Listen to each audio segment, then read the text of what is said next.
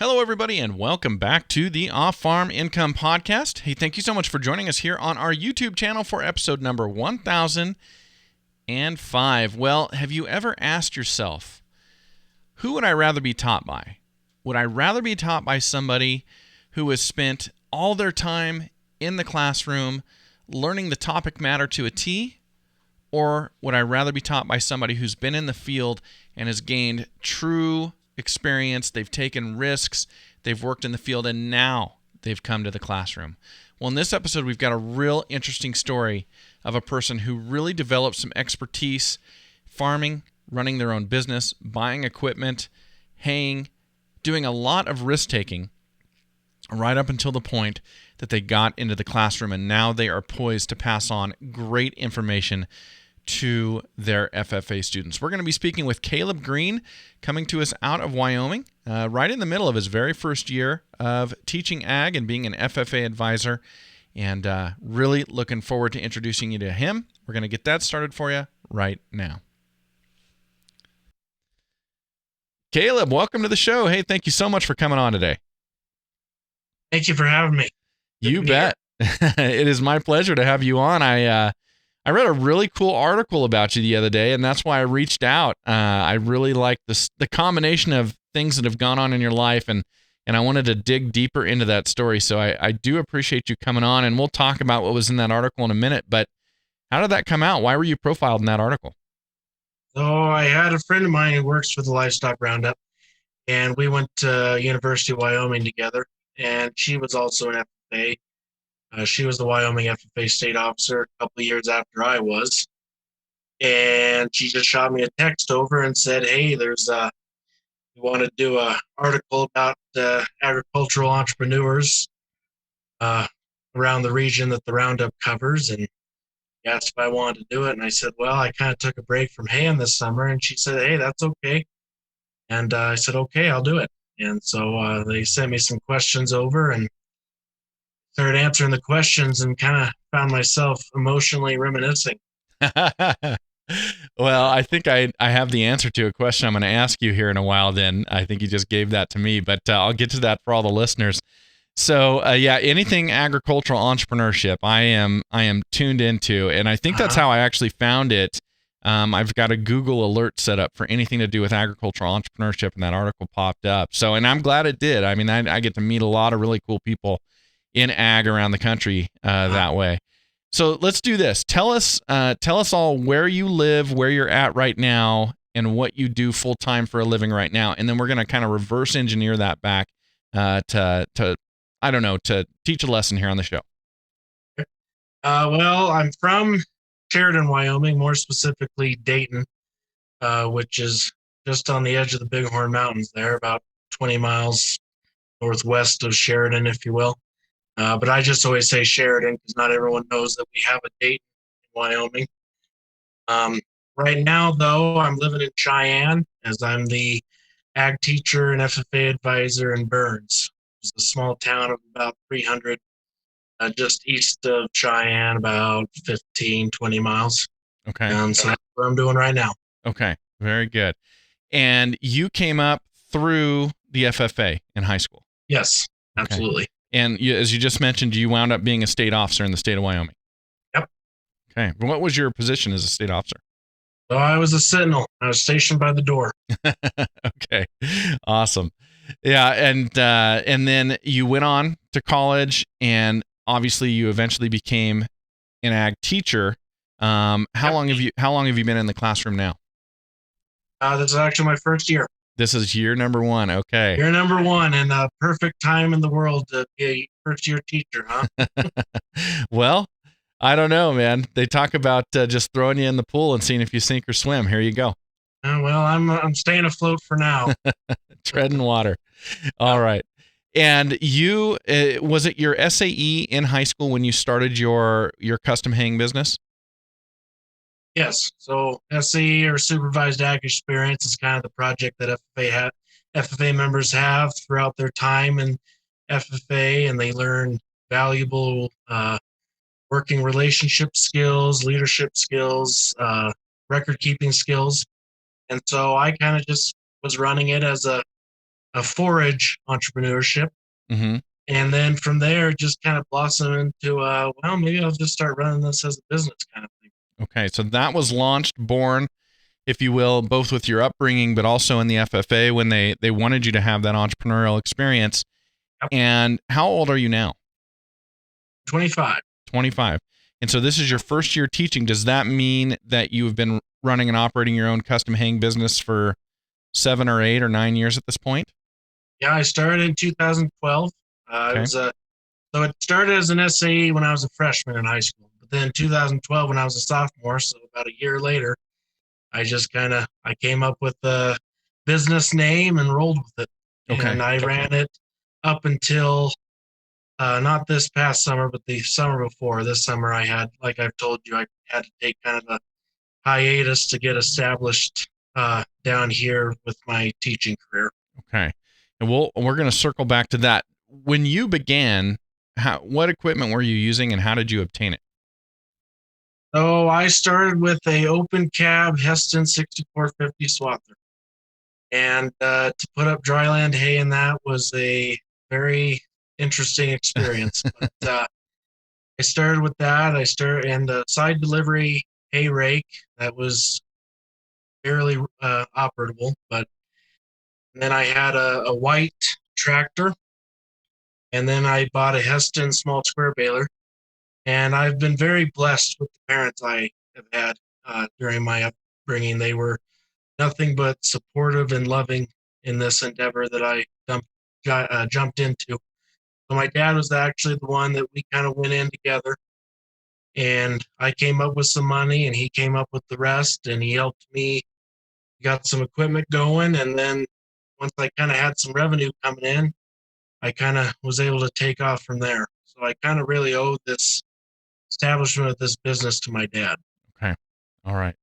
Now, you mentioned that you're living in Cheyenne. I've just got to take a second and ask you about this. So when I was in 6th grade, I think 5th grade, no, when I was in 5th grade, they required us to do a state report, which they do for a lot of kids that age.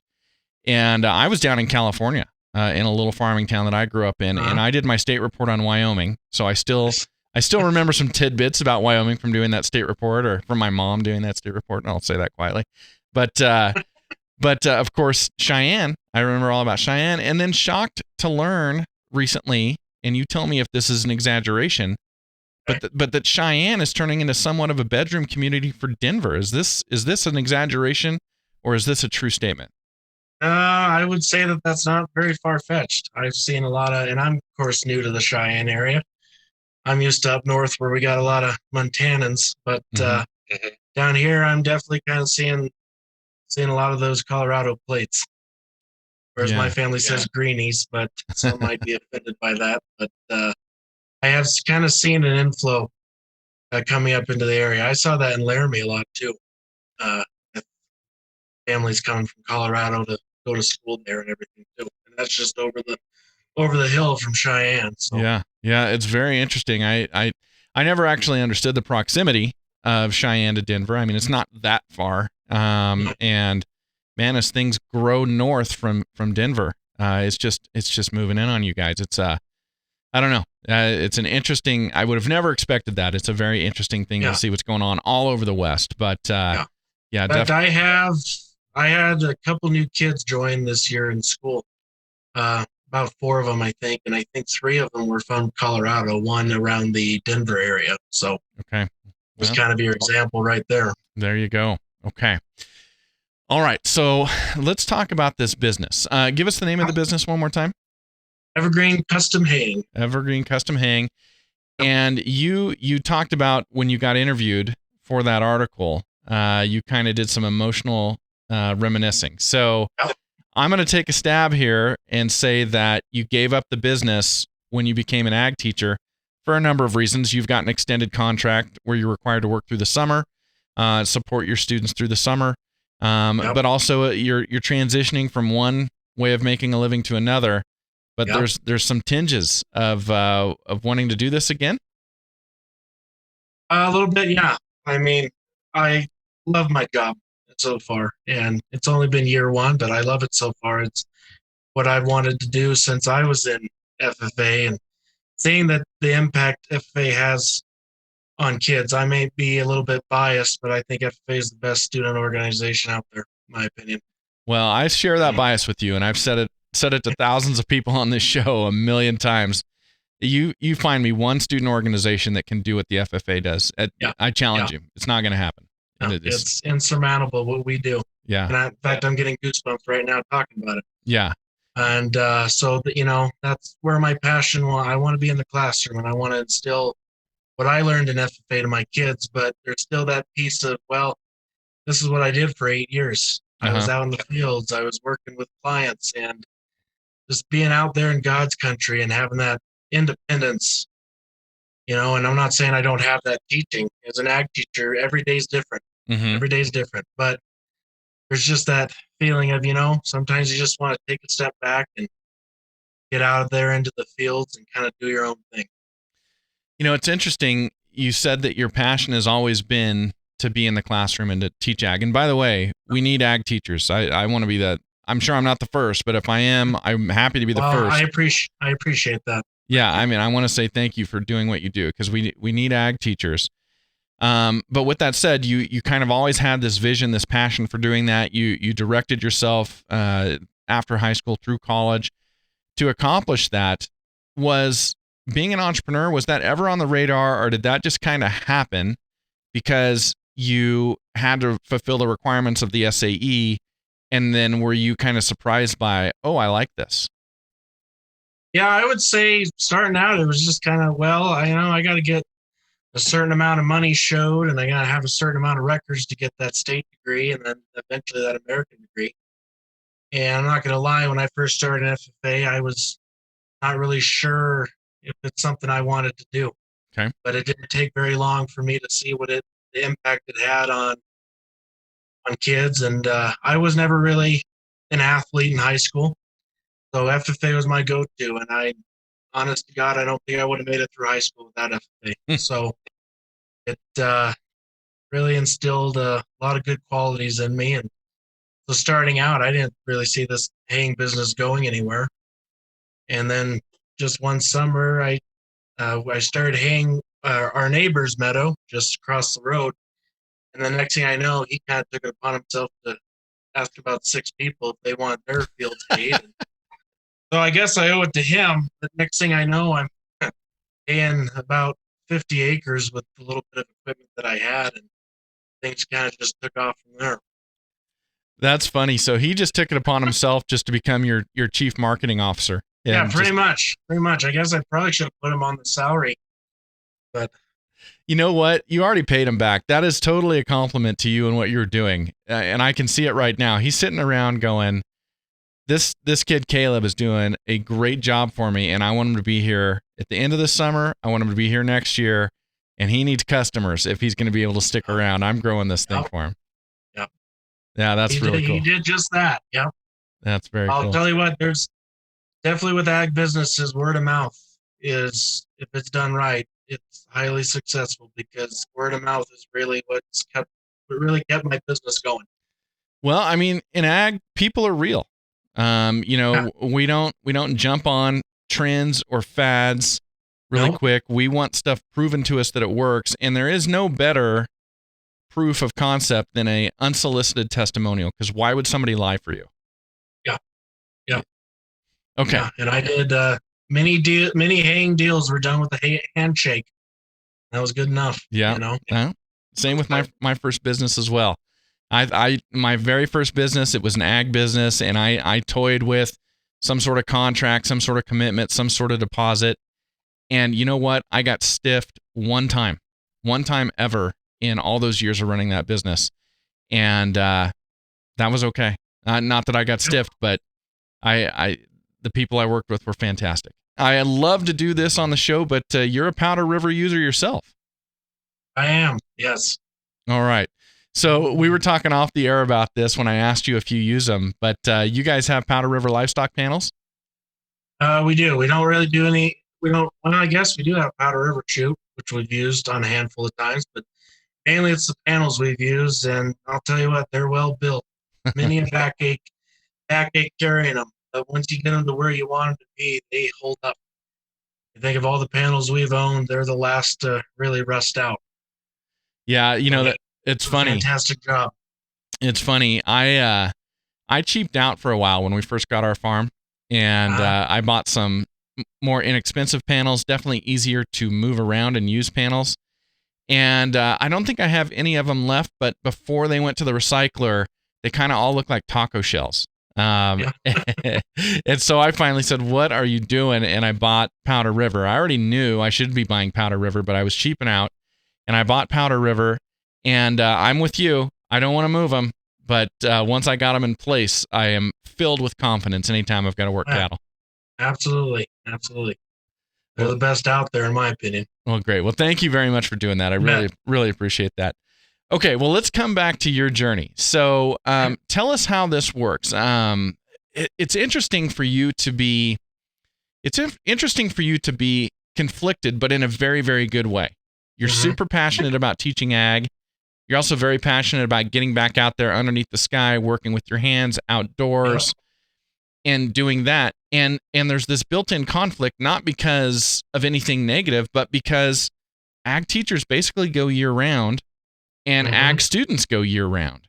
And so, what are you going to be able to mitigate that, or what are you kind of working through to see if you're going to be able to keep doing both? Well, yeah, it's definitely a moral dilemma I'm in, I guess. There's, like you said, it's not that it's a negative situation, but it's two things I'm passionate about. I got to just find the way to, manage time and maybe try to run them. And even if that means kind of moving my business to where I teach, which, might have to be done in order that I can get back up and going again. The downside to that is I'd have to basically start from scratch with establishing a clientele and finding areas to hay. And that took me a good 3 summers worth of haying to really have kind of a solid clientele and hay company up in Sheridan. And so the thought of having to take 3 years to do that again, it would take a lot of patience and time, I guess. Yeah, well, it certainly would. Of course, it wouldn't be the first time you're doing it. No, So it would not be. I could take, for the first time I did that, I could take some stuff that I did and do it again and learn from my mistakes too. Maybe do it better and quicker. Yeah, absolutely. Well, give us a glimpse. So this is your first year teaching, but obviously your contract must have started during the summer last year. Is that why you weren't able to hay last summer? Yeah, so July 1 is when my contract started, and I basically hit the ground rolling. I was doing project visits, checking out kids' fair projects, making sure that they had their hogs up to weight and everything like that. And then we rolled into county fair, and then we had, no joke, we had 1 day break between county fair and then it was state fair.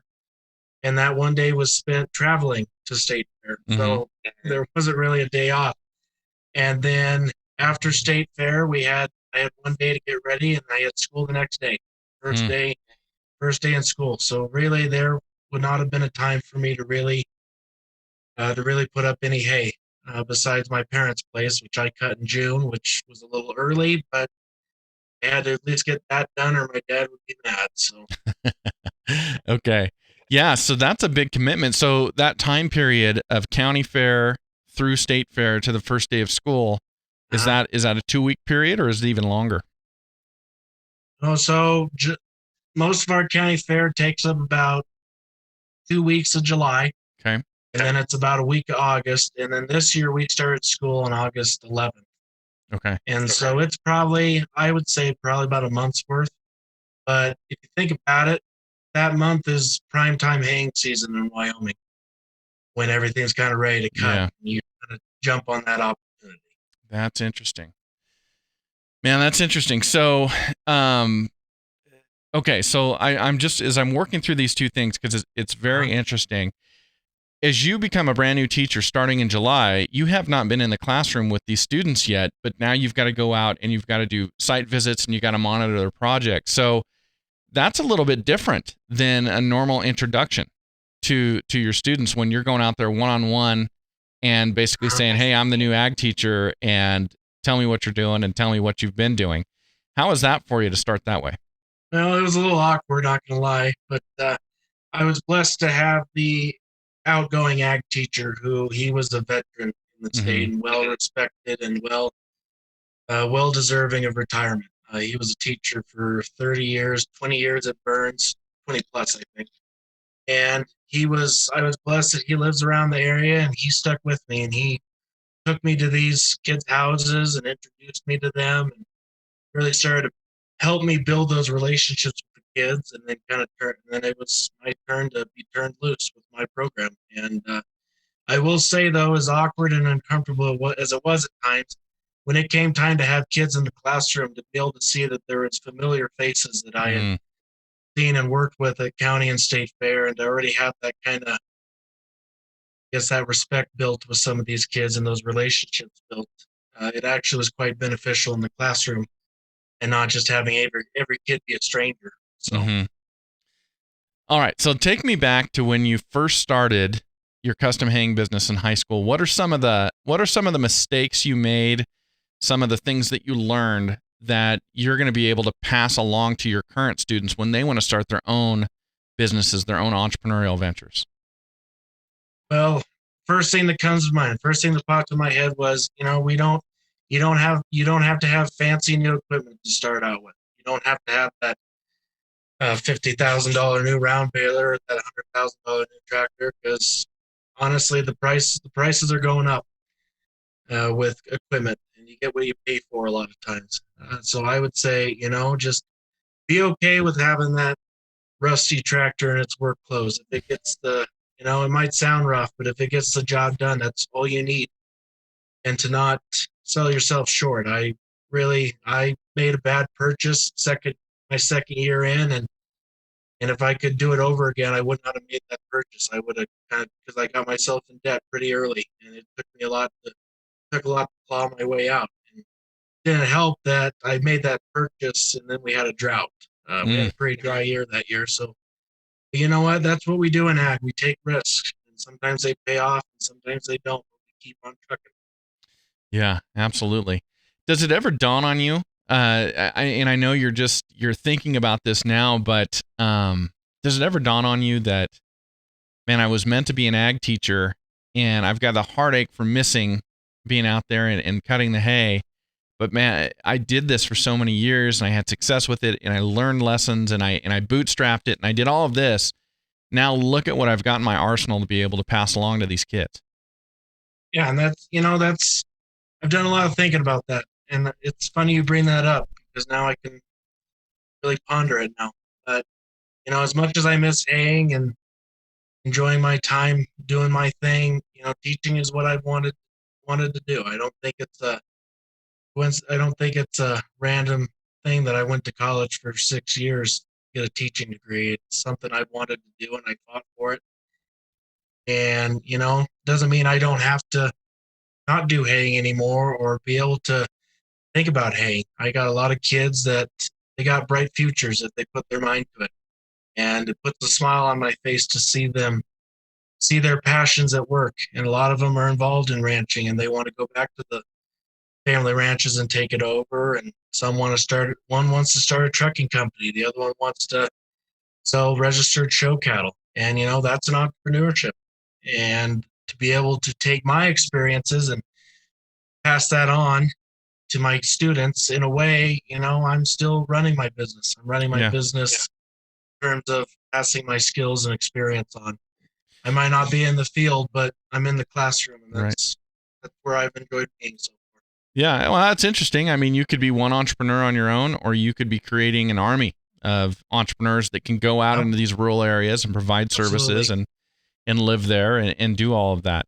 Now, your chapter, give us the name of your chapter one more time. The Burns FFA. Okay, Burns FFA. So at Burns FFA, what percentage of your students are non-traditional FFA? They live in town, they live in a subdivision, they don't have that farming and ranching background.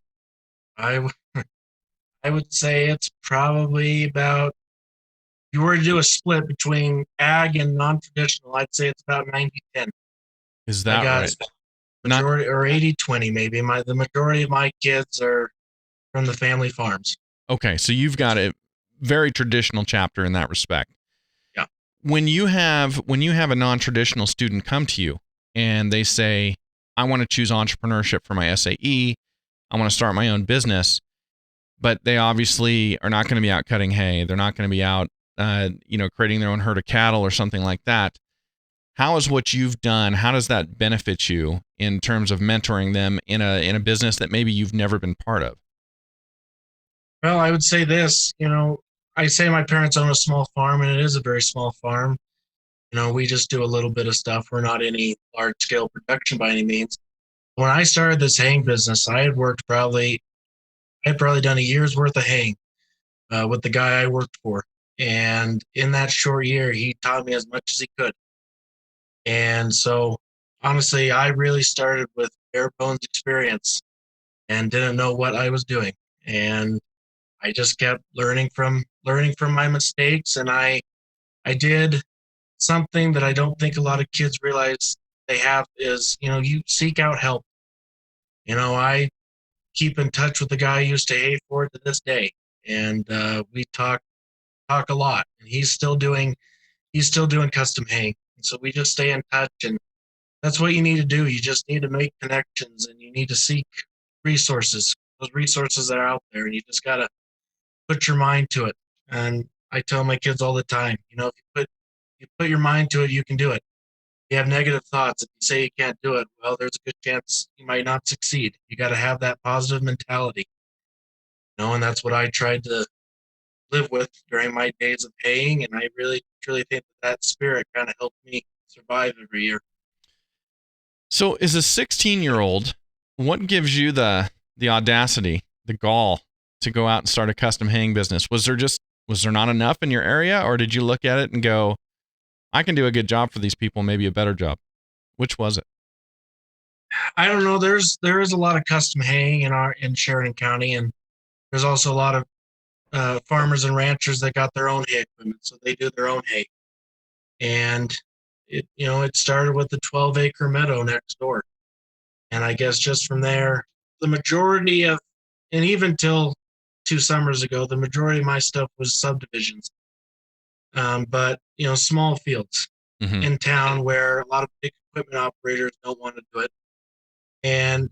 But you keep stacking on subdivision and small property after small property, it adds up. And those are kind of the money makers. And I noticed that to have a small square baler was quite an asset, because a lot of custom haying operations typically try to stick to round bales, at least in my area. Mm-hmm. And so to be able to have that small square baler for a lot of horse people, and to be able to put up small squares, I think that was kind of really my selling tool. So you were finding, well, you named at least two niches right there. The small properties that the big guys did not want to mess with, and then making the small square bales to help people out. So two niches right there. Very good. So you found a space in the market that you could service. Yep. Okay. I found room for me there. Okay. Now the reason I'm kind of probing into this is, there are going to be people listening to this episode they're going to be working Monday through Friday, 9 to 5 in a cubicle in a city, thinking, I would like to get out to rural America. I'd like to change my life. I'd like to live a different lifestyle. They'd love to live the lifestyle that you've been afforded. Mm-hmm. And it's about the way they live. It's not about the money. It's not about anything like that. It's about the lifestyle. And so some of these people may be hearing this term custom haying for the first time. So if somebody came to you, let's say that you had a student that did come from Denver and they joined the FFA and they said, I've always been interested in ag and the wide open spaces, but I don't know a thing about it. Tell me what custom haying is. What would you tell them? Oh, custom haying it's custom work. It's usually for people that don't have their own equipment or don't have the time to put up their own hay. So it's custom work. It's what my customer wants. And so, if they want 10 acres put up in small square bales and they also want it irrigated for second cutting, then I'm cutting that 10 acres in small square baling it, and then I'm irrigating it after second cutting. It's kind of with whatever, if I have the resources and I have the manpower to do it, if they want round bales, they get round bales. Sorry, I slurred my words there. If they get square bales, they get square bales. And so just kind of depends on what the customer wants and needs. But it's not like it was my own 2,000 acre place and I was putting up my own hay to sell. It was a customer's field. Mm-hmm. And so that's where that custom work comes into play. Kind of like the custom harvesting crews that do the wheat fields throughout the Midwest and work their way up. I'm just a custom haying operation. Okay. Now you kind of ran down the equipment that you purchased and the equipment that you had at the beginning of the episode. If somebody was listening to this and they said, "This sounds like the business that I would like to try," what would they be looking at equipment-wise and startup costs if they bought used and they bootstrapped it the same way you did? I gotta think about that. I've told myself not to look at Tractor House anymore because I get sad. So I'd have to really think about that. But I'll put it this way: with all the equipment I have now, I probably have around $100,000 worth of equipment. Okay. But that's been over 8 years. So I have 2 round balers, 2 swathers, about 5 tractors, a couple rakes, and so hay rakes. So over time, that's come to about 100,000. But I guess going back to when I started, I picked up that swather for about 5,000. I picked up the rake for about 1,000. The small square baler was about 12,000, but that was kind of when it was brand new. And then the tractor was about 15,000 or so. So you're looking about 40,000, but that's kind of on the high end. There is a lot of equipment out there that you get for pretty cheap and it's usable. So I don't know, I hate to really put a number out there and then break someone's hopes and dreams, but I'd say it just kind of varies. And it kind of depends on the area you're in and what you're looking to spend, I guess. Okay. Now let me ask you this. You had those 5 tractors. Were you running a crew? I've had a lot of friends help me. Okay. And one year I did have an employee, and that was quite an asset to have. But then again, I was just finding that, running your own business kind of comes with that independence feeling. And I felt like I want it done this way. Yeah. And I think that's just the passion talking. The passion of this is what I want this to be my work. But I utilized help when I could get it. My dad, bless his heart, he hand stacked hundreds of square bales every summer for me. And he's 67 now. Wow. And I don't think I've given him the gratitude that he deserves. But he really has helped. If it weren't for him, I wouldn't have been able to do it. He's helped me a lot. But I found a system where it was just me and I made it work.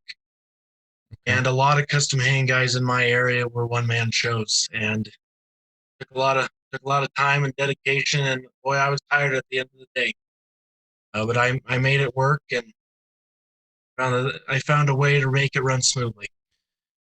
Okay, so if you're going to be cutting, raking, baling hay, there's some things that you need to know. There's some very specific things. For example, when to cut, definitely when to rake or what to rake, and when to bale. Those are very, very important things. Yep. But there's also a ton of moving parts. There's a lot of mechanical stuff going on here.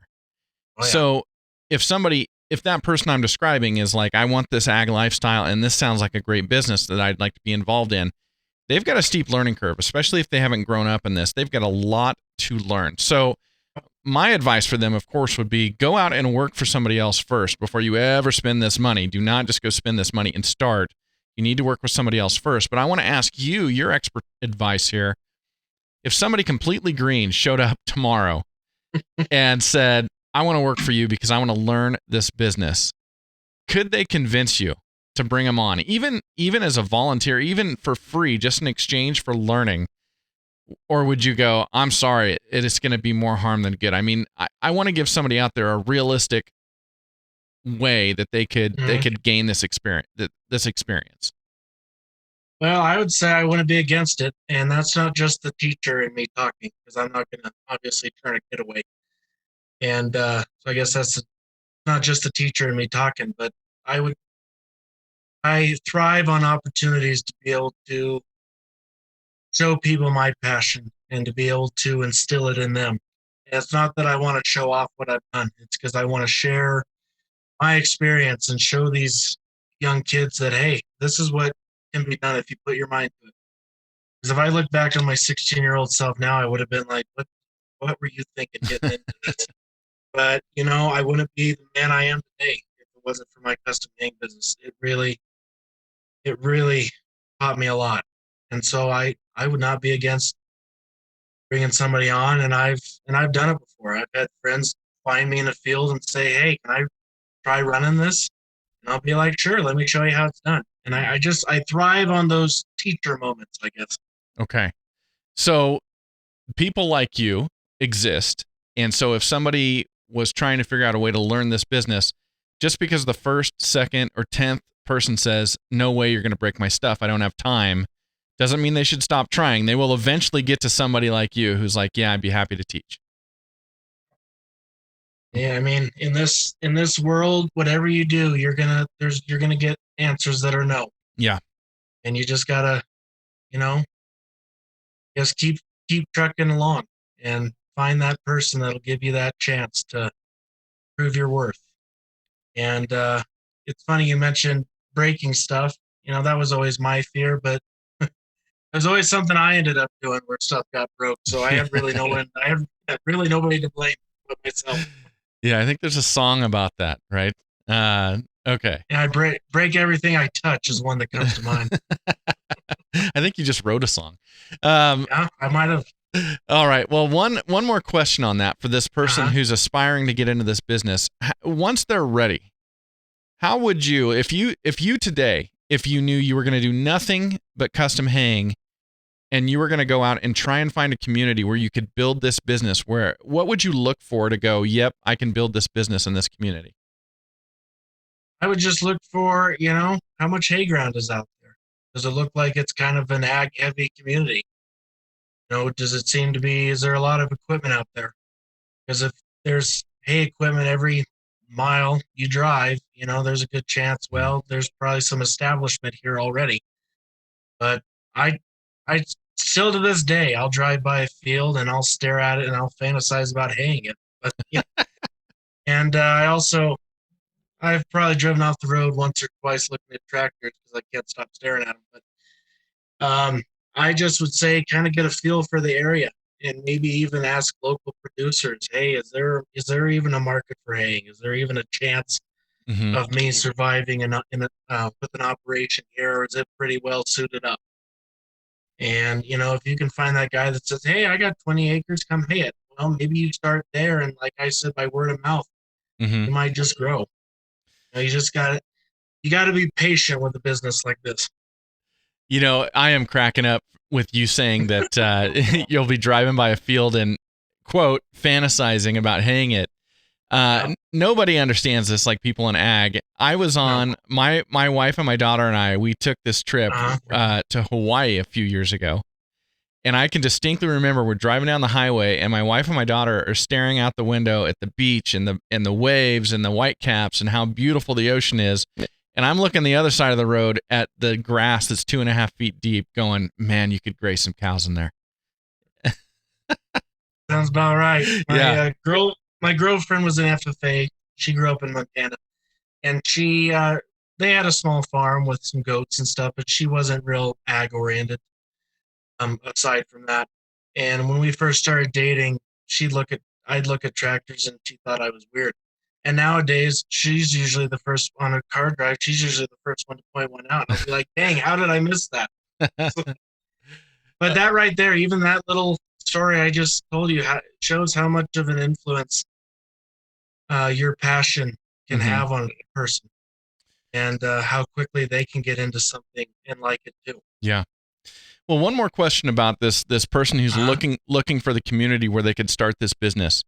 If you were starting all over and you were going to go find a community where you could build a business and you could make a full-time living or at least a seasonal living cutting hay, would you stick in an area that's primarily dry land, or would you look for irrigated areas with more cuttings per year?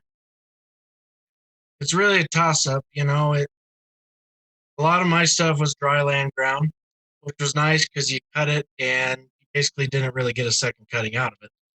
And so you could cut that field, put it up, and move on to the next one. And but I did find that second cuttings are nice. you have that little extra pocket of income. And I only had one field where I had second cutting alfalfa irrigated, and I really found over the years I hayed that there was always people looking for second cutting alfalfa. They were willing to pay Mm-hmm. a good amount for it.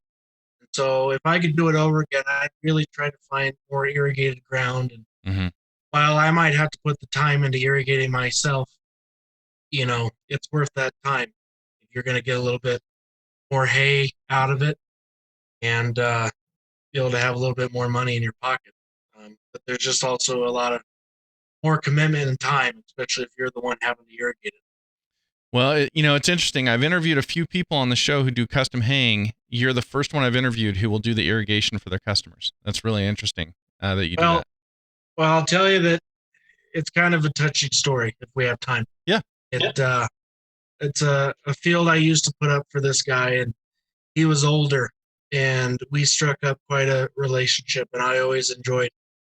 He was also pretty anal about how things were done. In fact, he'd always, whether I was cutting or baling, he was there on his four-wheeler checking the tension on the bales and checking the moisture level, making sure that they were right. And a lot of guys might get irritated by that. Hey, let me do my job. But, I didn't see it that way. It was his ground. It's his. He gets a share of the hay, Mm-hmm. and I want to make sure it's done right for him. And then he ended up getting cancer and passing away. Mm. And his wife came up to me and she said, Mick would want you to continue haying this field. And so I did. For the 3 years I hayed it without him. He would always do the irrigating. And that's why I kind of had to start the irrigating on that field was, his wife was older and didn't really have any of the ag experience side. And so I did the irrigating once he passed and continued to put it up for him. And I'll tell you what, the irrigation always seemed to run smoothly when he was around. Once he passed, every year, something went to crap. And I swear, I think it's because maybe I wasn't doing the right job. And that was his way of saying, Caleb, you better do this differently. Yeah, irrigation. I cuss irrigation every year once we start, and I do not hold back on the show. I know I'm looking a gift horse in the mouth when I do it too, but something always goes wrong. Well, and this was a wheel line, and there was either a hornet's nest in the motor that attacked me, or it was either a blown valve somewhere. Yeah, absolutely. Well, this has been a lot of fun, Caleb. I've really enjoyed getting to know you and hear your story. It's like you said. I'm kind of been tickled to do this. It's been real fun. So. Well, we should. I definitely want you to send me a couple of your students to have on the show for my FFA editions, especially any students with really cool entrepreneurship SAEs. That'd be a lot of fun. I was actually It's funny you bring that up because I was going to ask that question. I got a lot of kids that I think would thrive off of something like this. Well, yeah, we will set that up. Thank you so much for coming on and doing this today. Yeah, thank you. It has been a pleasure. I really appreciate it. Well, special thanks to Caleb Green for coming on the Off-Farm Income Podcast Day and sharing that great information, that great story with us. That was a lot of fun. And, man, if you're hearing this, that means you stuck around for that story right at the end, which was a real touching story. Very, very cool stuff. Well, everybody, thank you so much for being here. We hope you will subscribe to our YouTube channel, and we hope you'll reach out and connect with us on social media as well. You can find us on Facebook, Instagram, Twitter, and LinkedIn, all under the title Off-Farm Income. And hey, until next time, enjoy your journey to the ultimate lifestyle business, agriculture.